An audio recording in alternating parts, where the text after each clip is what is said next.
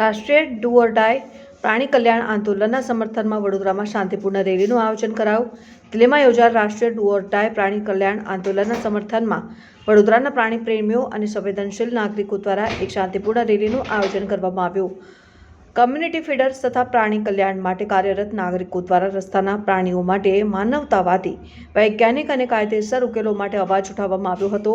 પ્રાણી પ્રેમીઓ દ્વારા જણાવ્યા મુજબ આ રેલી માનવતાવાદી, વૈજ્ઞાનિક અને કાનૂની પ્રાણી કલ્યાણના પક્ષમાં છે અને એનિમલ બર્થ કંટ્રોલ રૂલ્સ 2023 તથા prevention of cruelty to animals act 1960 અનુસાર ઉકેલો માંગે છે.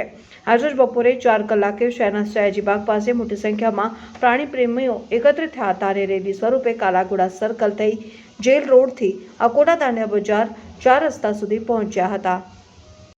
आज हम लोग यहाँ पे डू और डाई प्रोटेस्ट कर रहे हैं. डॉग्स, एनिमल्स, काउस सबके लिए कर रहे हैं. हम हमारे डॉग्स, एनिमल्स, कम्युनिटी एनिमल्स को बचाना चाहते हैं. ये कोई सल्यूशन नहीं है कि सबको बंद करके एक कंपाउंड में डाल दो या सबको उठवा लो. एबीसी के रूल्स के हिसाब से स्टरलाइजेशन करवाना, वैक्सीनेशन करवाना और रिलोकेशन बिल्कुल भी नहीं करवाना है. This is not what we want. We want our animals to be free.